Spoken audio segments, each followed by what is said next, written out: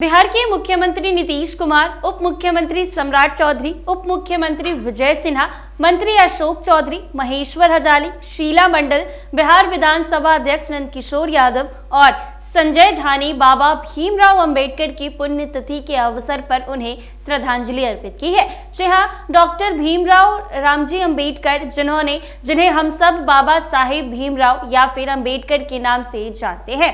भीमराव अंबेडकर भारतीय संविधान से वास्तुकार थे। 6 दिसंबर 1956 को इनकी मृत्यु हुई थी, इसीलिए इस दिन अंबेडकर जी की पुण्यतिथि होती है और साथ ही इस दिन को महापरिनिर्वाण दिवस के तौर पर मनाया जाता है। बाबा साहेब अंबेडकर की पुण्यतिथि पर उन्हें सम्मान और श्रद्धांजलि हर साल दी जाती है।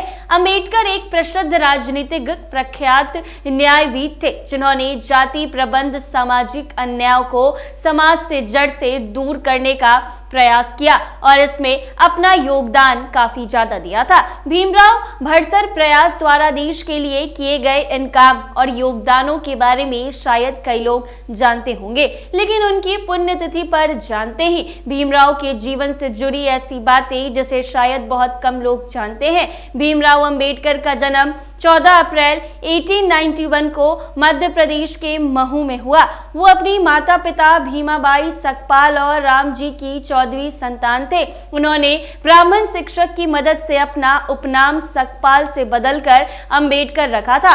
अंबेडकर ने बचपन से ही जातिगत भेदभाव को देखा और इसका अनुभव किया था। उनके पिता भारतीय सेना से सेना निवृत्त होने के बाद महाराष्ट्र के सतारा आ गए और यहीं पर बस गए थे। अंबेडकर का दाखिला यहाँ एक स्थानीय स्कूल में कराया गया, लेकिन अछूत जाति कहकर उन्हें स्कूल के एक कोने में बिठाया जाता था। यहाँ तक कि शिक्षक भी उनकी कॉपी नहीं छूते थे।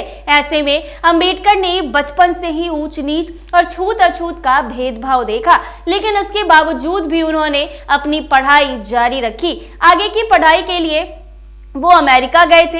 अर्थशास्त्र और राजनीति विज्ञान का अध्ययन करने के लिए वो लंदन भी गए हैं और बैरिस्टर बने हैं। देश की आजादी के बाद पंडित जवाहरलाल नेहरू जब आजाद भारत के पहले प्रधानमंत्री बने तो उन्होंने अंबेडकर को अपना मंत्रिमंडल में कानून मंत्री के रूप में शामिल किया।